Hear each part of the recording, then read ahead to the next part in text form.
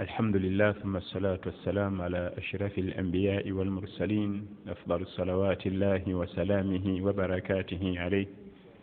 أمسينا وأمسى الملك لله ولا حول ولا قوة إلا بالله. اللهم إنا نسألك خير ما في هذه الليل ونعوذ بك من شرها ونسألك خير ما بعدها ونعوذ بك من شر ما بعدها. أما بعد السلام عليكم ورحمة الله وبركاته. matenda majivuga Allah tabarak wa taala akyatuwadde obuwangazi. Tumusaba Allah tabarak wa taala akkirize ibada zaffe etugezaako okulafubana nazo, era nga bwe tumusaba aleme tujja mu duniya muno okujjako nga atusiimye. Tukyagenda mu maaso n'ekitabo kyaffe ekiyitibwa Bulughul Maram, kiriko akatemerero kawanvuko hadithi 1500, era nga wetwogerera hadithi ezigenda mu 7 mu kitabu Al-Janaiz, ekitabo ekyogera ku byabafu.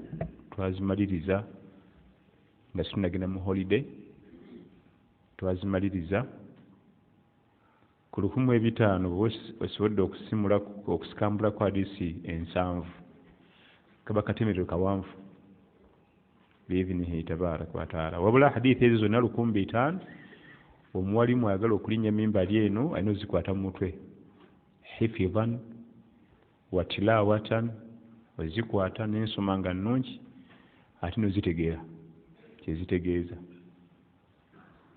1500 naye si nyingi, kubanga ezo 1500 waliwo n'endala ez'okukwata. Kwaba baagala okulinnya mimbari tuwone emivuyo egiva mu ffe abawalimu abalinnya mimbari, olw'okuba tolina wojja olina kulinnyirira ffe n'okusikambula bawalimu banno n'ovuma n'okkakkanya n'ebifaanagana ng'ebyo. Ate jjukira nti okukwata ezo hadisi tokkirizibwa zikwata nga ate tokwata Qur'an. Kibanga omwana okutandika okusoma n'atandikira mu secondary nga primary tagisomye, aba talina makulu, ye talina nekyalina tegerayo neki kujjako kutabula. Qur'an ye primary eyayirimu, ye musingi ogusookerwako. Yenna anasoma yirimu mu department zonna, oba hadith oba fiqh oba tafsir oba ateekeddwa okusobola n'omusingi gwa Qur'an al-Karim. Kati olwaliro tugenda kutandika kitabu nikahi biidhnihi tabaraka wa taala, olw'okuba nti twasalawo tulondeyo ebitabo ebisookerwako ebiri mu bulamu bwaffe dde tudde, kubanga okunaaza abafu, kuziika, kusalira bya buli kanaku, oba oyagala oba toyagala.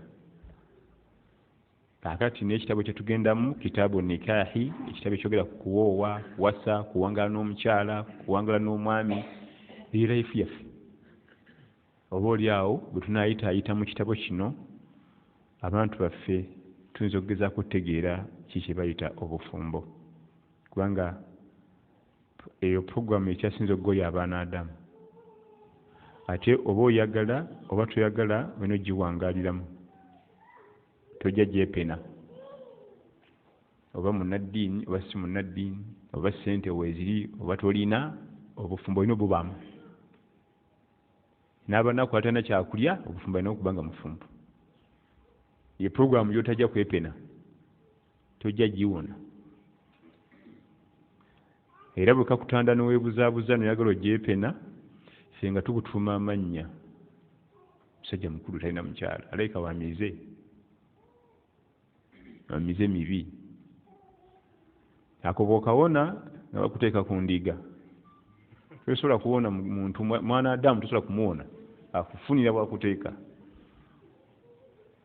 Akutetenkanya n'abaako ekigambo kyakussaako ne tutambula n'ekyo, naye nga tosigalidde awo mu bbanga. Kati programu eyo kye tulina okumanya nti programu y'okuwasa ye programu, ze zimu ku programu nga abawandiisi b'ebitabo bonna buli bazituukako bagaziwa ebitagambika. Abawandiisi ba fiqhi batuka mu kitaabu nikahi bagaziwa. Abawandiisi ba hadithi bwe batuukawo basiisira ne babeeraawo. Abawandiisi ba tafsiri awulidde ku lwaki puroguramu mpanvu erimu challenges, erimu emirembe, erimu essanyu, erimu ebizibu, erimu amaziga, byonna bitudde mu puroguramu emu. Amaziga mwegali n'essanyu, emirembe mwegiri n'ennaku. Naye amaziga agalimu n'ennaku ffe tubikola abagiyingiramu. Oyingirayo ng'oyagalayo ssanyu notandika okucreatinga yaga situations agagenda okuleeta amaziga mu maaso olaga gwe kennyini nga bwe tugenda okulaba mu kitabo kino biidhnihi tabaaraka wa taala. Amaziga n'ennaku ne challenges bye tusanga mu bufumbo ffe tubikola. Igwe ne munno gwe walonda mu bangi. Ffe tutandika okukozinga wagantuntu ekivaamu ne bituleetera ebizibu. Okumaliriza nga tutandise okuba nga tusanga embeera enzibu. Allah atugamba mu Qur'an, wama arsalna min qablika min rasulin وما أرسلنا من قبلك من رسول ولقد أرسلنا رسلنا من قبلك وجعلنا لهم أزواجا وذرية. Natuma ababaka bakusookawo olubereberye era ne bateerawo puroguramu ey'okubeera n'abakyala ne family olulyo. Allah tabaaraka wa taala yatonda omwami n'omukyala nga balina okufumbiriganwa. N'atonda omwami n'omukyala nga balina body changes. Ani agamba omwana omuto nti yavula? Taliyo. Akiwulira mubiri gwe nga kizze natandika okwavula. Ani amugamba nti yimirira? Taliyo. Ani amugamba nti tambula? Body changes. Era mba muli awo akavuga nga kaga nti njagala kuwasa. Kiki ekimugambye ebyo? Body changes. Tojja kugaana. N'atonda omubiri gw'omwami nga tayimu etuuka nga gwagala omubiri guli gujje gubeere wano. N'atonda omubiri gw'omukyala nga tayimu etuuka nga gwagala omubiri guli gugusemberere bwe guti. Nga body language bwetyo bweragidde kati. Mbe gukyuse. Era tolina guwakanya kubanga ne wali mu kwavula tewaguwakanya. Naye ab'omulembe guno mala kuzimba bangalo, mala kufuna mulimu mulungi, mala kugula mmotoka ennene. Nayingira 34. Akyawakanya message eri mu mubiri. Okakana tumaliza tugudde mu nsobi.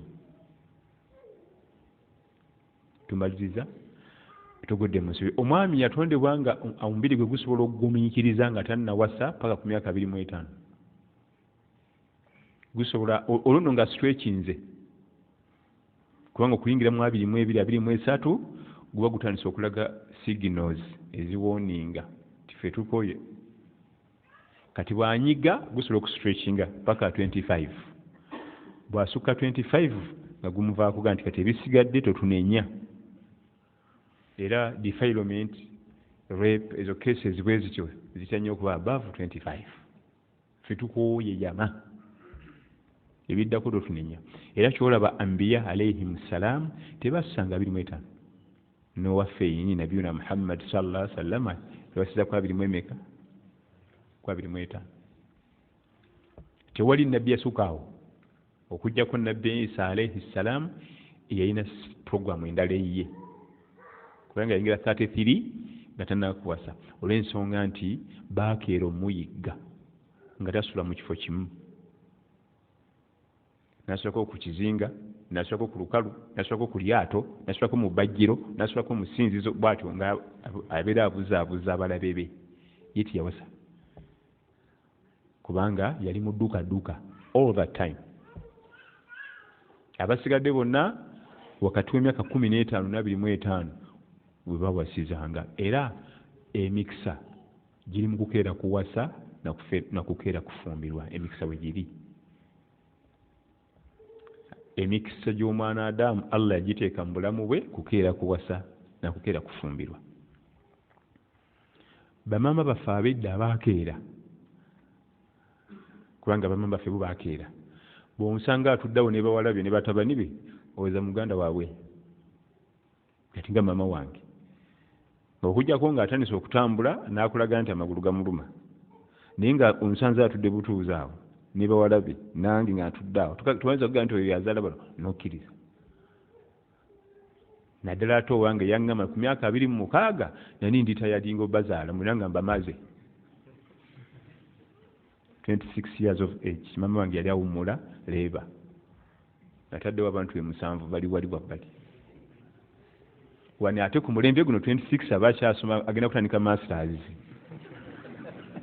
Programu z'okuwasa kufumbirwa tannazirowooza nako, kufumbirwa te kati kamale masters ate nkole nako myaka 5. Okukeera mwe muli baraka.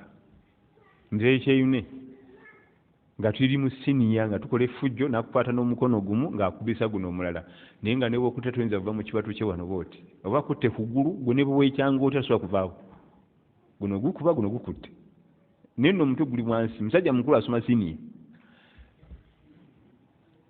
akwata kugulu kumu guno ne gukuba. Ffe tukisobola kubanga twakeerewa.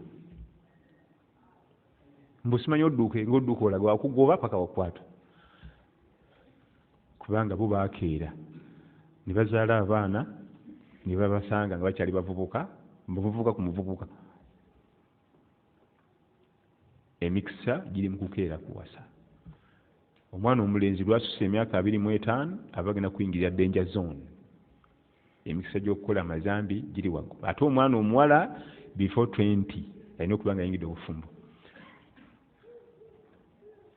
Okuwasa omwana omuwala ng'ali below 20 oba owasizza omwana wa buwala, bw'aba asuse 20 oba owasizza mukyala.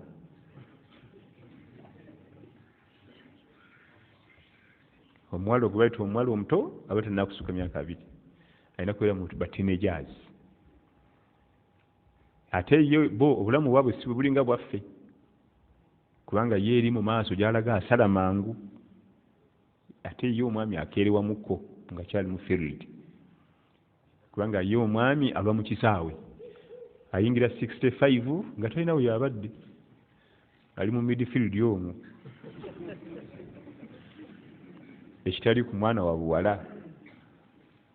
Bo okuyingira 65 nga kyali mu kisaawe bamubuuza nnya buli kuki, era kutuleetera bizibu, lwaki towummula? Ye nga nekennyini aba yabye dda nti kampumule kiki ekisaawe. Kati bo kyobalaba bo ate bali wansiko waffe bo, olw'ensonga nti eri maaso tebalina nnyo kiwanvu kulwa mu kisaawe. Kale nno ensonga ezo nkulu era tunozitunulako n'eriisa ejjo. Ate munange byewuunyisa, bamasters baffe abaatufuga wano mu lubiri eri mu nnono zaabwe, mu lubiri oba omulangira oba omumbejja 17-18 talina kuyingira 2 nga tannafumbirwa. N'oyo juze yaffe oyo yatufuga wano Queen yafumbirwa muntu omuzibu, tebakukkiriza kuyingira 2 nga tonnafumbirwa. Ate ffe ne batubuzaabuza. Ugenda osome ku byafaayo byabwe, bakeera okufumbirwa badda ku kya Nabbi sallallahu alaihi wasallam. Ate bamala ne bagamba baffe bagira bakyadigida kilabu, budigida, bidongo, bukofi shop obwekiro, anti ebisunza bina mukasawo. Naye bbe waabwe mu nnono zaabwe bakeeza teri mu mbejja kulwawo kufumbirwa 17, 18, 16 baba bamaze omugaba. Ate ku mukolo omulungi gw'ebbe oba mwe temusoma ku byafaayo byabwe.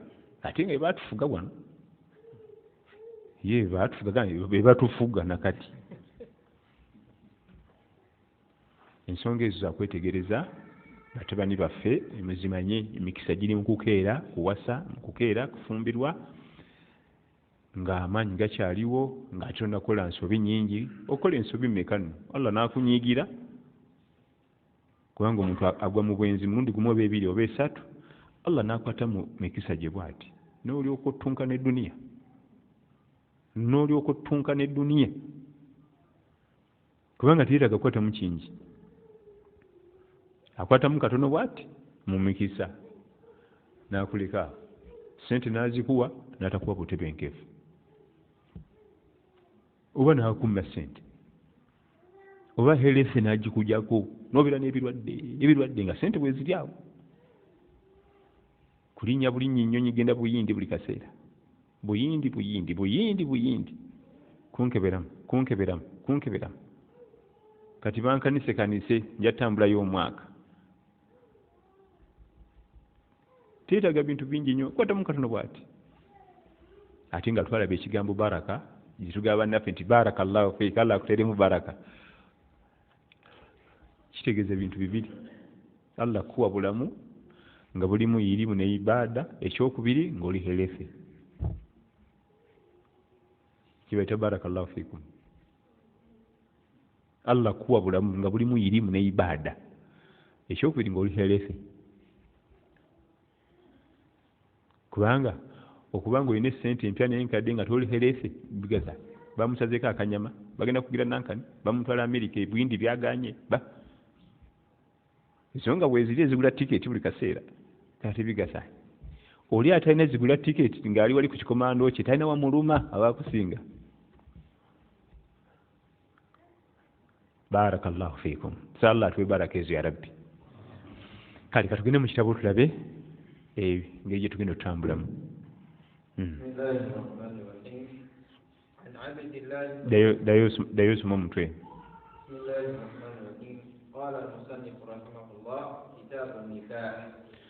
ekigambo nikah kirina makulu mangi era nga ekigambo nikah kijja nga kitegeeza aqdu nikah okusiba ekifundikwa ky'obufumbo kibeta aqdu nikah buli wokola nikah kitegeeza oba osibye ekifundikwa era nga ekifundikwa ekyo wakisibisiza Quran al-Karim era kiba kitegeeza nti bweweera okisumulula olina kisumuluza Quran al-Karim so sinze nakoowa omukazi ne musula mu muzigo ne ŋŋenda ne nfuna omulala olwo olina babiri kubanga waliko osibyewo naawe nnyabo buli we bakuwoowa amanyosi okuwoowa si kyakusaaga oba weesibye mugwa mu bulago okuwoowa si kusaaga ffe tubizannyiramu nnyo oba weesibye mugwa mu bulago tovaawo nga tonasumululawo okuggyako mu cases entonotono mu mateeka ga shariya nga bwe tujja okulaba mu maaso tulina kibaita fasukhu nika okwansolinga nika ng'eziba ziguddewo mu nsobi twagenza okujjukira ng'abaana be tuwooye ba Luganda we just cancel teri talaka teri hidda teri ki kubanga ba Luganda twagenza okwetegereza ng'oyo sister wono we cancel wala kisa hadisi tuyagisoma mu maaso awe weri sahaba omu edda bayonsanga abaana kati sahaba yayonka ku mukyala muddugavu sisitimu eyo tekyakola wano mu nsi nga bayinza obatwalira omukyala ng'ali eyo ayonsa obwana obuto ne bamuwa ssente akava ku mabeere nga bakakimayo nga ye ayonsa buyonsa bwana era tegakalira agageeye eva gaba mwegali kubanga bwe baba okuyonka gabaamu kati lumu asisinkana omukyali yamuyonsa namugamba jangu nkutwale olabye ku mukama mwana gwe nakuleetera kubanga bwakuyonsa aba afuuse maamawo nti nja teekateeka olunaku nzije kati ng'ajja okukyala agenda okutunulira omukama mwana tamugamba nti ono sisitawo nono naye namuyonsa ono sisitawo naye namuyonsa sahaba n'agenda ewa nabbi sallallahu alaihi wasallam namugamba nti ya rasulallah amatun sauda omuzaana omuddugavu yanyonsaako naye bwe yazzeeko okunkyalira n'asanga omukyala wange ng'ate naye yamuyonsa ofumu tugenda bukola tutya nabbi n'amwesamba n'agira n'atula eri sallallahu alaihi wasallam nawe takasiri omuvubuka nakumona avuga nti ya Rasulullah ensonga yange nava onagana tuli walala nawe najjawo namuga nti wa kaifa wa qad za'amat annaha arba'atukuma obufumbo bunagenda kutya mu maaso ng'omukyalo lyakyogedde nti yabayonza mu busazi balina abaana babiri basatu nabiraga nti obufubo tibusula kutambula ng'oyo mama wamwe muli ba Luganda wa akhawatukum min arrabaa Allah agaana abooluganda basisita ne babrother abayonka wamu tibafumbirigana naabukansolinga sallallahu alaihi wasallam they and then teribga nti ate muddeyo omwetalaka alabo bamunaddiŋŋana nedda kanso nga bwe tujja okulaba mu maaso inshallah naam. عن عبد الله بن مسعود رضي الله عنه قال قال لنا رسول الله صلى الله عليه وسلم يا معشر الشباب من استطاع منكم الباءة فليتزوج فإنه أغض للبصر وأحسن للفرج ومن لم يستطع فعليه بالصوم فإنه له وجاء. عبد الله بن مسعود oyo munyenye mumunyenyeza ummeeno azaalibwa Taifa yiba mukubira amayinja sallallahu alayhi wasallama ng'agenze okubakolako da'wa. Omwana ono omulenzi Abdullahi ibn Mas'ud gy'azaalwa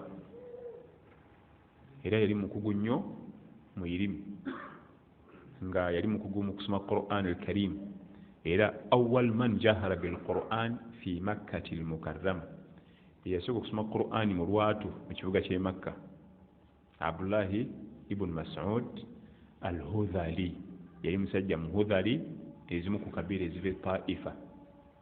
Teyali munnamagye, yali waayirimu muhaddithun wa faqihun wa muqri'u, mukugu mu irimu ya hadith, mukugu mu fiqhi ate nga muqri'u abakakensa mu kusoma Qur'an al-Karim mukujatuza n'ennagamaati zaayo kankanya obulago n'okumanya amateeka g'okusoma Qur'an al-Karim. Kasuuliranga Abdullahi ibn Mas'ud ne bali babiri, waliwo Abi Mas'ud ne Ibn Mas'ud. Abi Mas'ud mulala ate oyo w'e Badiri gye twalwanira olutalo lw'e Badiri, ate ono Ibn Mas'ud radiyallahu anhu wa arda yali mulenzi muto. Atugamba nti nabbi yatugamba sallallahu alaihi wasallam nti ya ma'ashara ash-shabab man istata'a minkum al-ba'ata falyatazawwaj. Abange mu abavubuka bato, abavubuka ba ummeena abato b'ofunanga ba'a wasa. Lwaki agambibwa shababu abavubuka abato? Be balabikiramu amaanyi amangi ag'omukwano omungi ennyo oguyinza obbasuula mu nsobi olw'okuba si mufumbo. Kyalaga nti ya ma'ashara ash-shabab. Bwe yali ayogera ebigambo yabyolekeza abavubuka bato, kubanga abavubuka abato bo amaanyi gaba mangi agayinza obbasuula mu nsobi. Amaanyi ago gava mu bye balya, bwe bagattako okuba nti bakyaherese, talina sukaali, talina pressure, simanyi enkizo ennuma, simanyi ate umugongo, simanyi nakoze eki, yo omuvubuka tabirina. Buli akamuliko ku mubiri 100% kalamu. Kati bwagattako ne bino byalya ng'Allah agamba nti afara'aytum ma tumnun a antum takhluqunahu am nahnu al-khaliqin. Mulaba amazzi ago agakola omuntu agabavaamu mwe mugakola oba nze ngakola? Allah agakola mu bye tulya, bagakamula mu bye tulya. Ezo zimeroni, simanyi fruit si, simanyi bikoze bitya, akawunga na kuliko n'ekijanjaalo bwebagakamula. Era kyobulaba omuntu yenna ayagala okukendeeza obwagazi bwe alina kusiiba. Kati produce ekendeere, kubanga produce lwebeera nnyingi bakuwa products ne baziyiwawo nga nnyingi ate nakyo zikozesa ne zireeta obuzibu nga bwe tugenda okulaba mu hadithi eno. Yagamba bavubuka kubanga be balimu alquwa amangi ennyo ne beetaaga ennyo puroguramu eyo ennyo n'abakubiriza nti man istataa minkum albaa. Ekigambo baa abamanyi bakivunula nga kitegeeza ebintu bisatu. Albaa assukuna ng'ojja kusobola ekisulo, albaa annafaqa ojja kusobola okulabirira kulya, kujjanjaba, kwambala, ojja kusobola bisobola ebyo. Albaa enneeyisa ennungi eri omwana waffe gwe tukuwadde omuwala. Osobola okuba nga ekisulo kirina ne ssente na buli kimu naye nga tulina mpisa nnungi, ate ogenda kwereetera mu muliro gwa bwerere kuba tumanyi handling ya bino bye tukuwadde. Man istataa minkum albaa, abafunye obusobozi bw'ekisulo ojja kusobola okuliisa omwana waffe, ojja kusobola okumwambaza, bw'asabiza genda mu ddwaliro weeziri, kubanga omwana omuwala bwe tumala omukuwa agenda okukoleza omwezi gumu njagala genda mu sikaani. Olwa puroguramu zayingiddemu zitandise okucyankalanya omubiri gwe. Njagala yeetaano ejya sikaani, linda omwezi gugweko nfuna omusaala. Kiba kitegeeza tujja kutambula omwezi gunagwako ddi. Egyo betabaa obusobozi obusobola okulabirira omukyala. Ekisulo naye weewuunye Nabbi sallallahu alaihi wasallam eri musajja mugezi tiyayogera kika kya kisulo tikale ennyumba ya miliyoni ng'emu n'ekitundu wale basobola okupangisa emu ekitundu naffe ab'e15 gye tuli naye tewali buzibu kwasiba nga osobola okuba nti ogisasudde nitugisulamu kimala oba mu katanga eri wansi mu kafunda tewali buzibu kubanga yenfunayo. Obusiraamu bwakeyalinga bwaketalingira buli muntu yenna. Bwe tulaba amahale tebatusalira ow'enfuna entono naye awasa tumusaba katonotono, n'ow'ennyingi ennyo naye awasa omusaba ekiki. Babaga nti amahale bukadde 10+ ffe twandibadde tuwasa nga tuzijjawa bannakunkunya eddanga enswera y'okumugugu. Naye yagamba amahale gazitowa okusinziira ku nfuna ya mutabani waffe gwe tufunye. Tomuzitowereza byatasobola kukwata. Omugamba akwata eri nga ataakoma wano. Kati ne ekisulo n'engoye ze twambala okusinziira ku nfuna ye ffe tusula z'owino tewali buzibu. Waliwo abamu nga ye eva ziba bweru nabo tebalina buzibu, yennyingiza yaabwe. N'enzijanjaba ffenna tugenda amalwaliro ge gamu naye tewali buzibu kasita omwana twafuna medication kimala nga situnulidde agifunidde wa. Ffenna ffe aba mu kataka hospital naffe batukolako tufuna makerenda gaffe era weetuli alhamdulillah.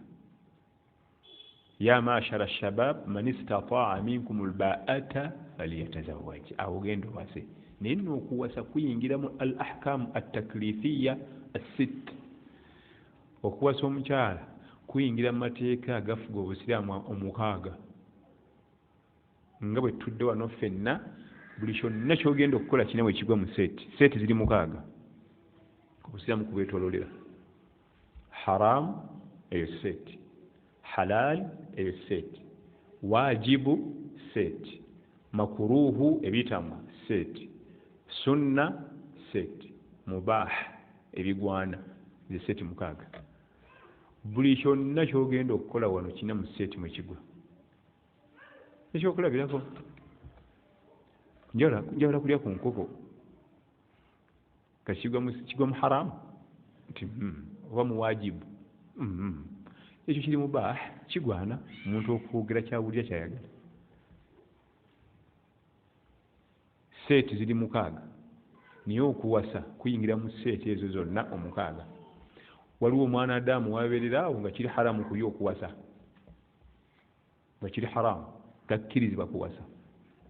Kati nga atalina baa ye kennyini basuza musuze esswala ya Aisha bweggwa nga akuba imaamu akaama amuweza chapati ekyo kiri haramu okuwasa takkirizibwa. Newabeerawo ekiba nga kiri wajibu kuye okuwasa nga alina baa ate aganya okuwasa ate abuukabuuka n'okukutakukuta mu busonda ekyo kiba kifuuse wajibu naba alina okuwasa. n'obeera wekibeera sunna ng'alina baa obusobozi bwonna bwe buli naye nga talina mize atambula simaati tumuga atuukiriza sunna ya nabbi sallallahu alaihi wasallam kubanga yatugamba nti mu hadithi empanvu n'aga nti wa atazawwaju nnisa faman ragiba an sunnati falaysa minni. Hadithi erina gy'eva nga nnyonnyola n'atuuka n'aga nti nze n'abakyala mbawasa anaava ku nkola yange siwa mu kibiina kino, enkola yange ey'okuwasa abakyala.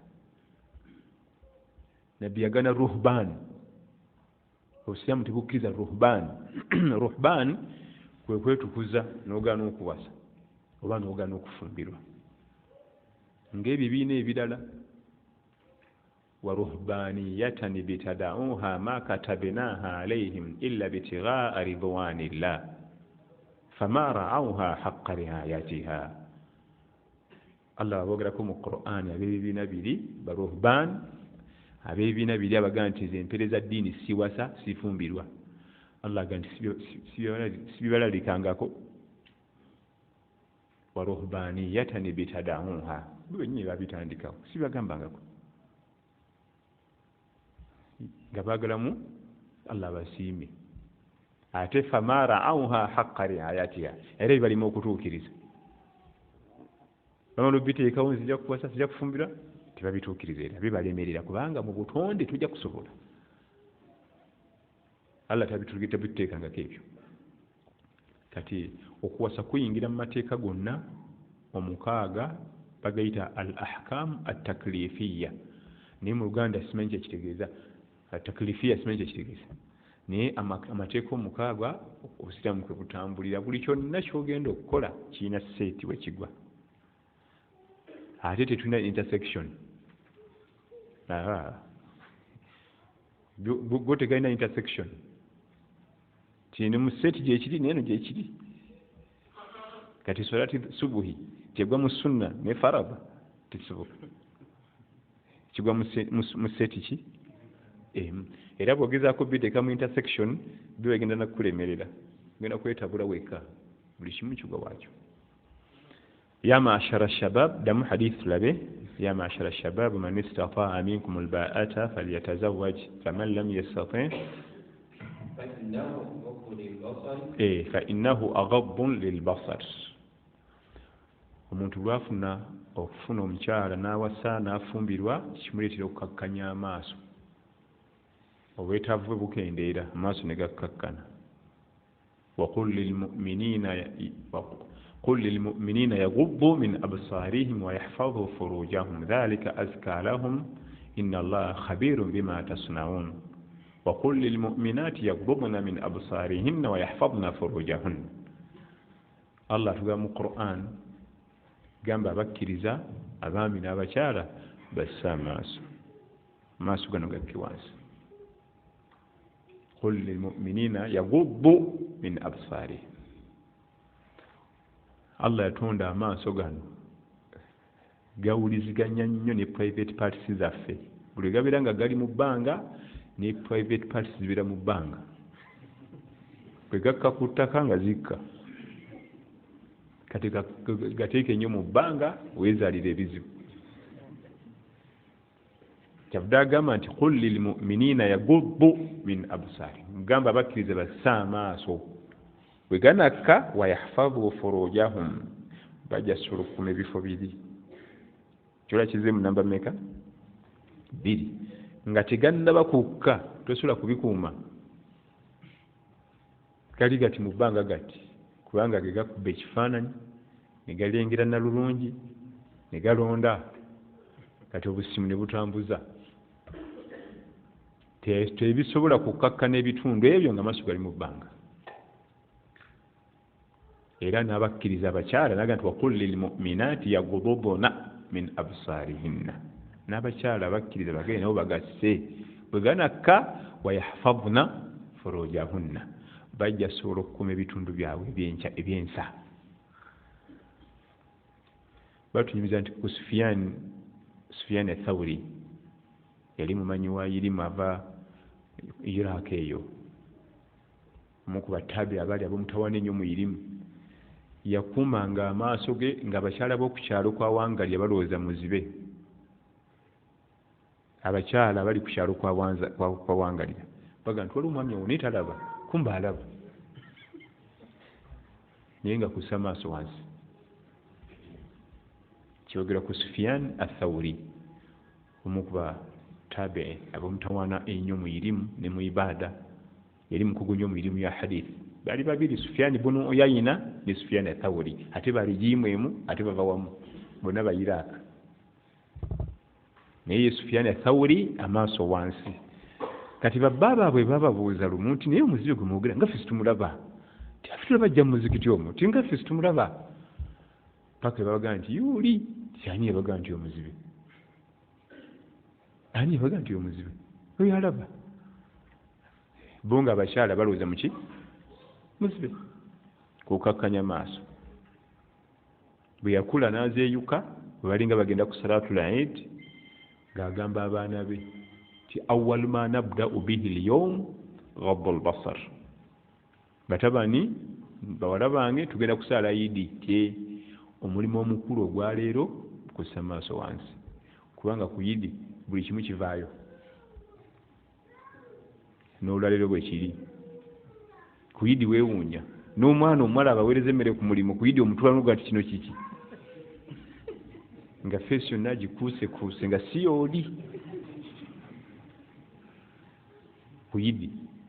Kati olaba Sufyan ath-Thawri rahmatullahi alayhi yagambanga abaana be nti omulimu gwe mba munkolera leero omukulu maaso, kubanga ku Eid zibira mu byererezi, abakyala bonna bagwayo, abavuuka bonna ne beetereza, embala olukanzu lwe lunyirira, mukendeeza amaaso.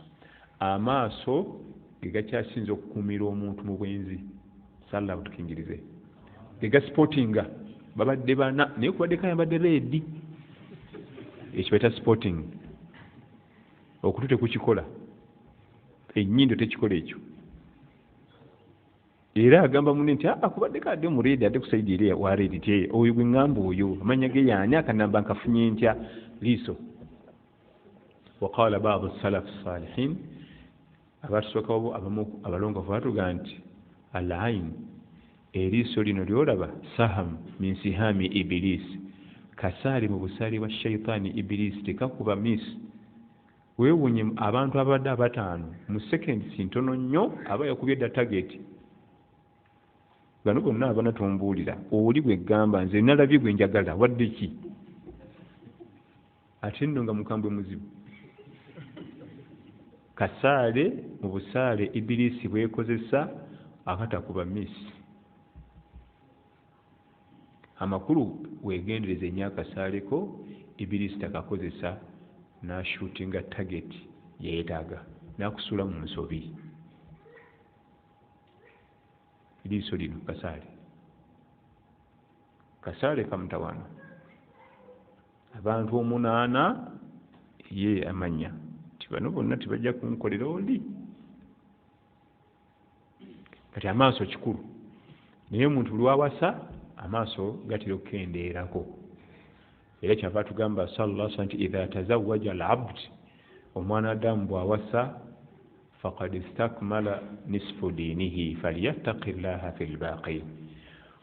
Aba amaze okujjuza ekitundu ky'eddiini 50% bwe gimaze, kati 50% esigadde etya Allah, naye ategeeza ki mu bigambo ebyo ti faqad istakmala nisfu dinihi.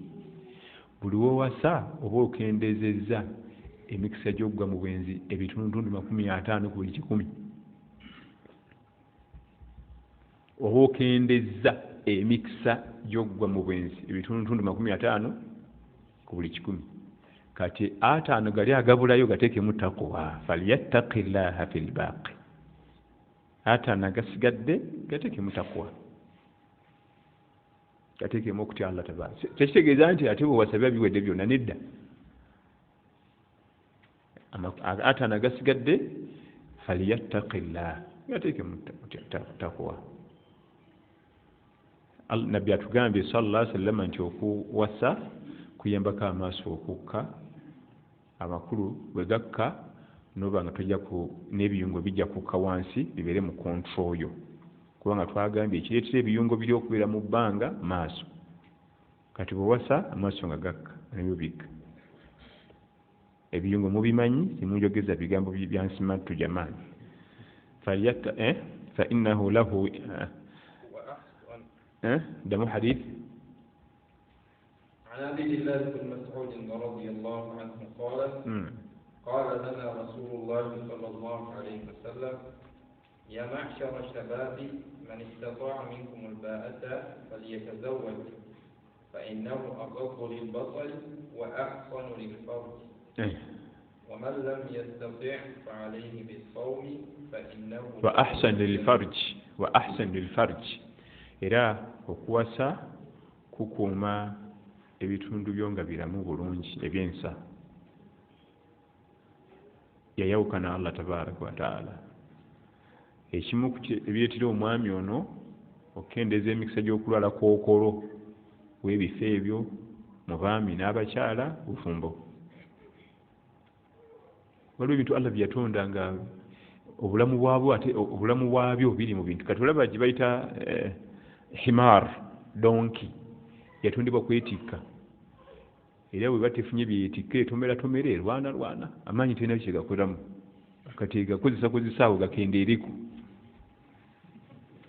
eyo donki gyolaba bwe tefuna byogitikkatikka galimu gazibuzibu efuuka nzibu nnyo ewaka amaanyi gajjudde terina gyegakola ki gyegateeka kati kebatomere gasobole okuba nga gakolako gakenda eri gitika agadomola ebinywa byenku gakole era mu bulamu bwayo gyekuma okwetikka gyekuma okuba nga namu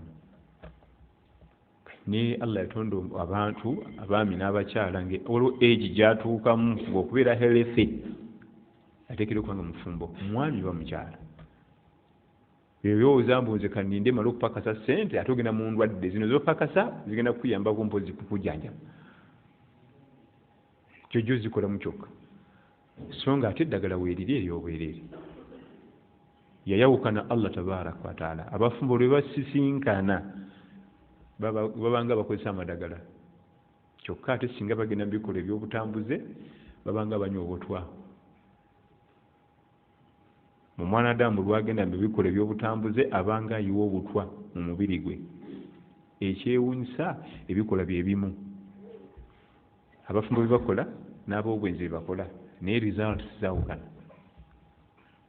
bano bafunayo obutwa mu mubiri bano bafunayo ddagala mu mubiri yoyo Allah fatabaraka Allahu ahsanul khaliqin yayawukana Allah engeri gye yatondamu ebitonde nabbi n'agenda mu maaso n'atugamba sallallahu alaihi wasallam fa in lam yastati wabanga tasobodde kuwasa tewaliwo baa tasobola renti tasobola medical tasobola home maintenance tasobola asiibe fa alayhi bisawm yekwate kusiiba weewunya okusiiba ddagala lya bwereere si lya ssente lijjanjaba agalwadde enfuffolo mu bulamu bwaffe eddagala erisookerwako mu nsi yonna mu kujjanjaba sukaali kusiiba ogwetetaga ssente eddagala erisookerwako mu nsi yonna okujjanjaba pressure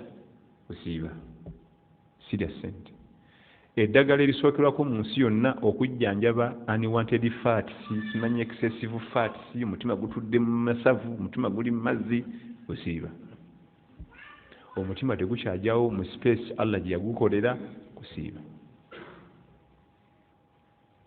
tosasula wadde 10 naye tubirekawo ne tufaafaagana ne tiketi ezigenda India ne tufaafagana ne tiketi egenda Buhindi ne hotel ezinasasula hotel era okusiiba mu bimu ebiyambako kwokya feelings ennyingi nezikwendeera nga bwe twalabye nga tutandika nti emmere eno gye tulya mwe bakamula feelings mwe bakamula amazzi agakola omwana bwe gasukka okubanga mangi wali we gakuŋŋaanira feelings ziba nnyingi nezikuleetera ebizibu n'ogwa mu nsobi kati okusiiba kuzookya kubanga n'ekigambo ramubu ekigambo ramadan kiva mu ramubu shiddatul harr pereketya wakasana akayokya ne kakaza buli kimu. Kyokka Allah yalonda mwezi gwa Ramadan okubanga n'okusiba kwokya ebintu bingi, mu byokwokya amazambi getugwamu, mu byokwokya feelings ezo nezikendeera. Era abasooka abalongoofu batusomesa nti omwami oba omukyala bw'olabanga nga ebyomukwano ogwirana nnyo n'ebyomukwano buli gwolabye weekwate kusiiba. Bwe weekwata kusiiba n'owangala nakwo, tayimu etuuka ne weebuuza nti abakyala be nalabanga wano nga babalagavu balagawa naye nga weebali ate balukyabalaba okusiiba. Naye lwakuba kitwala akabanga, kubanga waliwo omuvuka yaŋŋamba nenze nabisiba nga sibawo nanjawulo. Kutwala kaki? Bw'ogenda mu jiimu n'osanga abasajja abalina obumonde aba asituliddewo ekibidi, aba aludde mu bintu. Azoga ndi wano myaka 9 ndi wano nsitula kati okulaba gino emiwuula. Naye yagala asibe wiiki emu 2-3 mbu afune results ziri. Nedda, kitwala ebbanga. Omwami yenna bw'olabanga omutima gwe guyiikayiika ng'olabye abakyala, yambalagana n'okusiba kwa sunna, tokuta otambule nako insha Allah, ojja kunnoonya ompa ekirabo. Omukyala yenna bw'olabanga oyiikayiika, olengedde ono olengedde oli, gwomanya abo balagavu, gwomanya bali American Height. Oba American Height yekola ki?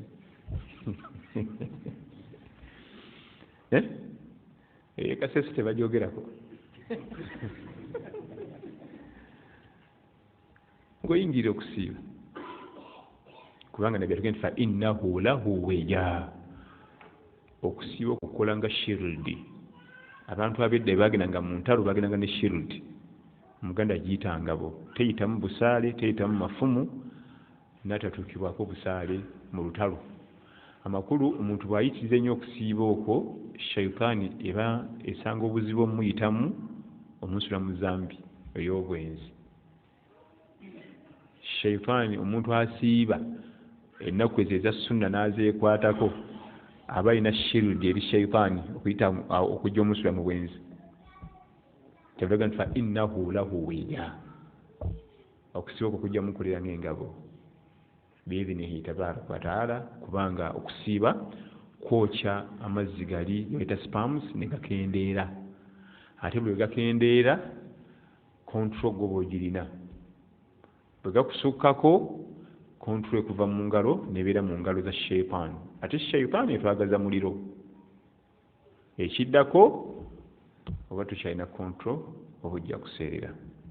Damu hadith عن أبي الله بن مسعود رضي الله عنه قال عبد الله بن مسعود الهذلي twagambye musajja w'e Taifa enabbi gye baamukasukirira amayinja sallallahu alaihi wasallam gye tujje munyenye eyo ate ne tugasa nnyo mu umma. قال لنا رسول الله صلى الله عليه وسلم يا معشر الشباب من استطاع منكم الباءة. yagamba bashabab twalabye ensonga lwaki essira yalisimba ku bashabab abavubuka be balimu alquwa ashadid, amaanyi amangi agalina omukwano omungi n'abakubiriza bawase. Era twalabye nti okuwasa ng'okyali muvubuka mwe muli emikisa. Kati anoonya emikisa mu bulamu buno obwensi alina kukeera kuwasa nakkeera kufumbirwa. Naam. فإنه أغض للبصر وأحصن للفرج.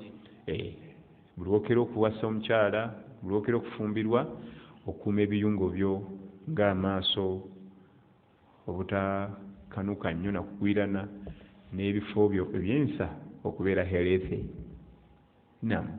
ومن لم يستطع فعليه بالصوم فإنه له وجاء. Obusobozi bwa tebuliiwo kubanga ffenna kitwenkana. So kubanga tewali munayi kasente n'atukubiriza okusiiba, kukakanya okusiiba kuyambako obutagwa mu nsobi, ate era okusiiba kukuuma ebiyungo byaffe nga biramu. Okusiiba kye kimu ku bikuuma ebiyungo byaffe nga biramu. Kyola Nabbi Muhammad sallallahu alaihi wasallam ne basajja be bayingira emyaka 6 ng'oza tebalina weza 3 naye nga bali mu 6. basajja ba Hamza baani nga musajja mukulu ali mu lutalo alwana oza kavubuka kato linga basajja bakulu kusiiba sigala ng'oli healthy sigala ng'oli mulamu biidhnihi tabaraka wa taala. Naam. وعن أنس بن مالك وبارك الله فيكم وجزاكم الله خير. tujja kukomaako eyo hadith wiiki ejja tweyongere inshallah. Naam.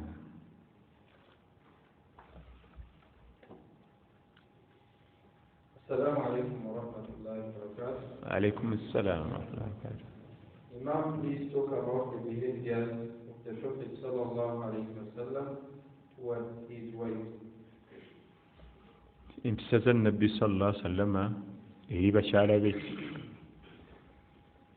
tolina bwinza zoogerako kubanga kaana khuluquhu Qur'an. Nabbi sallallahu alaihi wasallama empisa ze mu bantu bonna mu bakyala be nga Qur'an bwegiraba. Kati otandikirwa ku Qur'an yogere ekyoleka eki. Nabbi sallallahu alaihi wasallama yawanga ekitiibwa bakyala be fe tubayisaamu maaso. Nabbi sallallahu alaihi wasallama yawanga ekitiibwa bakyala be era ng'amanyi omugaso gwe balina gy'ali. Fe tulabanga burden. Abaami abamu alabanga omukyalo oyo alya ssente ze ez'obwereere talinawo mulimu. Mugugu guli awo gumenya bumenya samanya na kumanya. Ayina omulimu ayina rooro gy'azannyawo ey'omutawaana ennyo gy'otalaba. Si mugugu. Era mubamu ku bantu boyina okuba ng'owa respect mu bulamu bwo ng'ogyeko bazadde bo ye mukyala. Maximum respect kubanga akulira ebintu bingi. Bw'obanga oyagala tutegeera kye tukugamba gwe mugyeewo wiiki eweera olabe. Wiiki emu yokka sagala kintu kiwanvu nnyo, just 1 week olabe ennyumba bw'eneekutunuulira ebingoye otuuke wano otuuke wali otuuke mu kinaabiro. Sagala mwezi mulamba, just 1 week. Ekirala tetukimanyi nti bali abantu baakutondebwa nga bakendeevu. Omwami ye mujjuvu yalinamu ku bujjuvu obutonotono. Niyo omukyalo obutonde bwe mukendeevu. Kubanga Nabbi yatugamba sallallahu alaihi wasallam an-nisa naqisatul aqli wa din. Amagezi gaabwe gakendeera n'eddiini yaabwe ekendeera. Ebireetera amagezi gaabwe okukendeera body changes fe zitalina. Bw'agenda mu mbeera ze ez'omwezi taba mulamu bulungi. Asobola okugamba ekigambo nga tekiyisika mu kamwa. Bw'azitowa afunye olubuto aba teyeetegeera. Kati jjukira gwe byonna tobifuna. Era bwewetegereza obufumbo obusinga omukyala bw'aba muzito talaka zaagala kuvaayo bakaayana bayomba bayiseseka gundi abitulemu bagula pesa ate bamala okuzaala ng'ate batereera. Kumbe omwami takimanyi nti omuntu ono sijja mumaakinga nnyo lyanda ku lyanda. Kasita omukyala wo olaba ng'azitoye leeta buleesi swabulu. Naye ayagala yalowooza ajja sigala ng'ategeera nga kyekimu nga muzito oba si muzito tekiriiyo. Oluusi asobola okufuna olubuto ne lukukyawa. Ate asobola olufuna ne lukwagala naye ate ofundako n'okukukyawa kubanga nga yakwagadde teri kukola.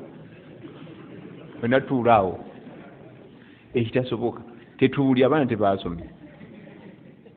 Waakiri akukyawa naye nga takwagadde. Kibi nnyo omukyala ofuna olubuto n'akwagala. Toyinza funa ku mirembe. Bw'akukyawa muyomba buyombi, bw'akwagala muyomba buyombi. Oba ku mulimu ng'ayingiddewo ne booda. Kiki njala kutuula wano wooli.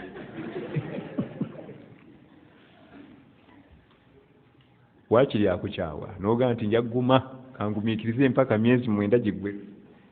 Kati ebyo fisi tubibala n'osanga omuvuka tunka n'omukyala muzito amugobye abalwanye omugumiikirizangamu awo. Kyekyo Nabbi yatugenda nti amagezi gabe gakendeera olw'ebikyukakyuka mu bulamu gwe tobirina. Olaba ffe just okkuta bukkusi mukkuto naye olaba nga olubuto bwereezi ne lukugoya ate nga muwanu awa lugenda kutereera. Kati ye lumuleega emyezi 9 nga tomusuubira kukola ki? Nze sikulagana mukkuto bannange nga kantu keereze bwe kati siba na mirembe. okulinnya obulinya amadala oweekera, okutuula mu ntebe oyimukewo nalwo lutalo. Kati ye akantu kekeereega olubuto emyezi 9 kyaffe tugamba nti amagezi gabwe gakendeera naye ebikendeeza amagezi ebikyukakyuka mu bulamu. Piriyodi yokka nga amaze okuzaala eri awo eyo eya nifaasi naye mukyusa. Naye ffe twagala ategeere ekimu nedda. Bw'agendanga mu mbeera ze ez'omwezi mwe distance, bw'alaba nga azitoye mwe distance, amakulu mugumiikirize. Mukazi n'anvuma takimanyi nti wano nze Semaka wala ngenda kumulagako kakati nti muzito teyewulira bulungi abwandabwanda oliti wadiini n'eddiini ekendeera kubanga waba agenze mu mbeera ezimu tasaala tasiiba ate ffe tetukirina ekyo. Kati ebintu ebyo tulina obitegeera. Ye Nabbi sallallahu alaihi wasallam yali abimanyi ng'abantu be amanya Katonda ali mu mbeera za mwezi tomuleke nali bw'atyo. Ffe twagala nga bategeera kyekimu omwaka gwonna ekitasoboka. Ekirala kyensimbayo ku kibuuzo ekyo, Nabbi sallallahu alaihi wasallam ye yali amanyi okuyiwa amazzi mu muliro nga gukutte, so si kuyiwa mu petroli, kubanga ebiseera ebisinga bali bagukoleeza. Bw'amala okukoleeza gwe bifo ky'okuyiwako amazzi oyiwa mu lita 2 eza petroli.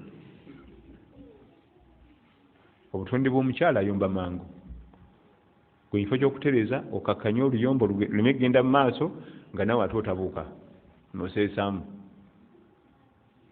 Ebimu omwami bye tumusuubiramu okukolewako okulaga nti eseemaaka kuyiwa mazzi mu muliro nga gukutte. Era keesi ezi zonna zogenda okusanga amaka ga Nabbi sallallahu alaihi wasallam yayiwangako buyiyi mazzi ati. Bwe gwasitukanga bwe guti ng'ayiwako mazzi.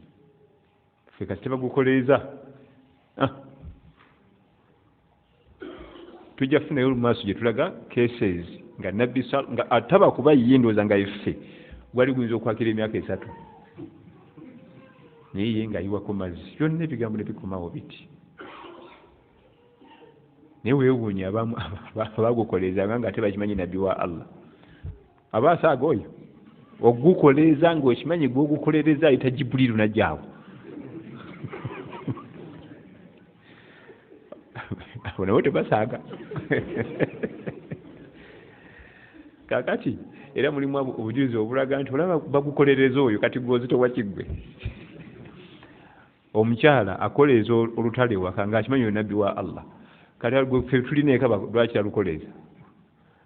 Tunulira bw'ati n'ezo empale zo n'agala bannono.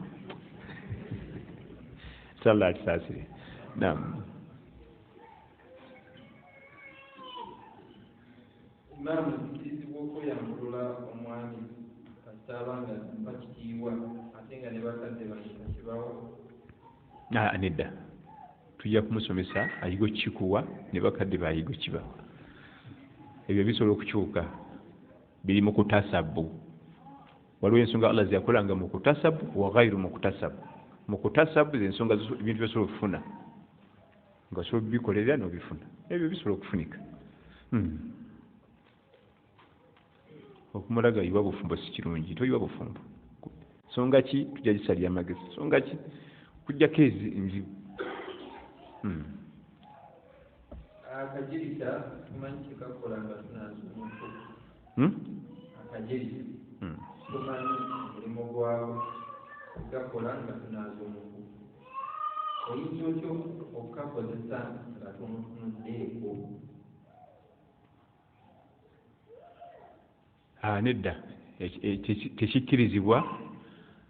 Ekyategeeza badde banaaza omugenzi ne basanga nga ebifo bya shavings byetaaga shaving. Tokkirizibwa muleke okujjako enjala z'omugenzi bwe tusanga teyasaza enjala nga zeetaaga okukendeeza tusobola, naye ebifo byonna ebya shaving tekikkirizibwa muleke. Tokkirizibwa okukwata ku bifo bye ebyo, era tuwadde otunulawo kiri haramu muleke agende mu maaso ga Allah we ng'afaanana bw'atyo amakulu nga teyeetereza ye kennyini ateetereza ffe tutereeza bwaki ate n'ebyo ebifo tebitunulwamu enjala zisoboka. Ekisembayo mbeera n'ekisitawo mu biseera ebisinga singa mba nga nfudde akkirizibwa okubeera nga naaza.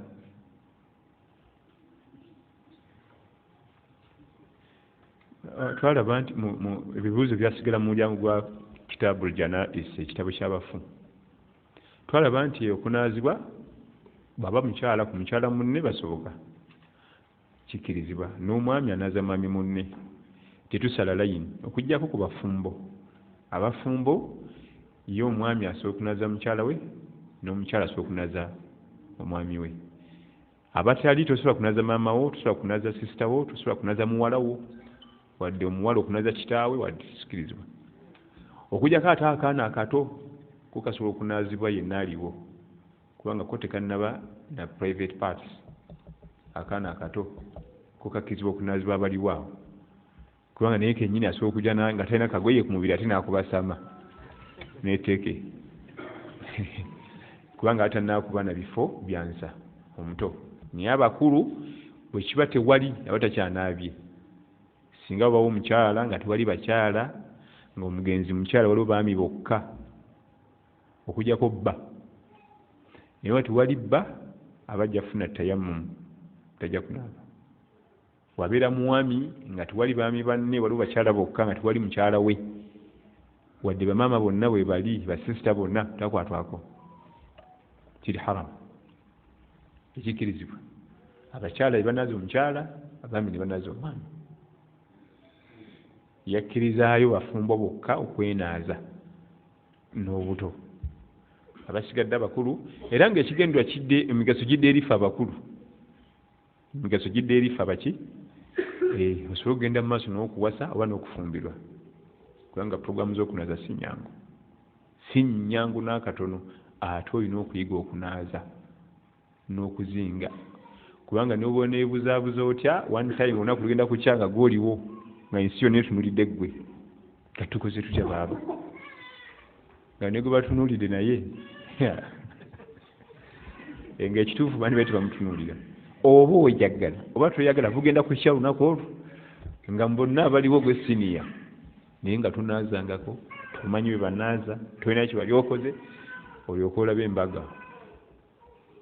Yiga okunaaza, yiga okuzinga esanda, kubanga tomanya bijja mu maaso. Rabbana atina fi dunya hasana wa fil akhirati hasanatan wa qina adhaban nar. اللهم آت نفوسنا تقواها وزكها أنت خير ما زكاها أنت وليها مولاها وصل اللهم على سيدنا محمد صلى الله عليه وسلم والسلام عليكم.